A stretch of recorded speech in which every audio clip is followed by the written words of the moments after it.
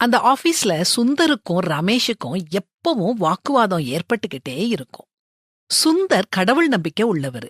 ரமேஷ் கடவுள்னு ஒருத்தர் கிடையவே கிடையாதுன்னு அடிச்சு சொல்றவரு. சுந்தர் இந்த உலகம் சிருஷ்டிக்கப்பட்ட விதத்தை சொல்லி புரிய வைக்க முயற்சிப்பாரு.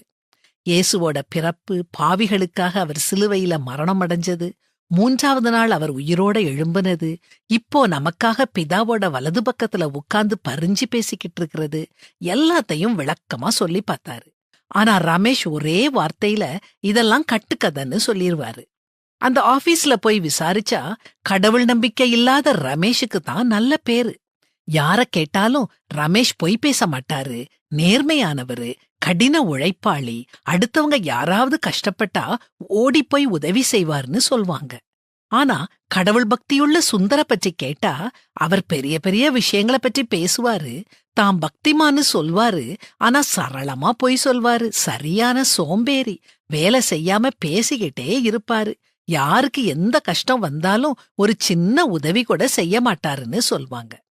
பாருங்க, சுந்தர்கிட்ட கடவுள் நம்பிக்கை இருக்குது, ஆனா கடவுளை பிரியப்படுத்தும் செயல்கள் இல்ல. நிறைய பேர் சுந்தர் மாதிரி தான் இருக்கிறாங்க. கடவுளை நம்புறாங்க, வெறும் நம்பிக்கை வீணானது. நம்முடைய எண்ணம், பேச்சு, செயல்கள் கடவுளுடைய அன்பை வெளிப்படுத்தணும். கடவுளை பற்றி நாம பக்கம் பக்கமா பேசவே வேண்டாங்க. நம்முடைய கண்ணோட்டம், அணுகுமுறை, பேச்சு, செயல்களை வச்சு மற்றவங்க ஈர்க்கப்பட்டு நம்ம கிட்ட வந்து கடவுளை பற்றி கேட்கணும். அதுதான் உண்மையான சாட்சியுள்ள வாழ்க்கை. மனுஷர் உங்கள் நற்கிரியைகளைக் கண்டு பரலோகத்தில் இருக்கிற உங்கள் பிதாவை மகிமைப்படுத்தும்படி உங்கள் வெளிச்சம் அவர்கள் முன்பாக பிரகாசிக்க கடவது.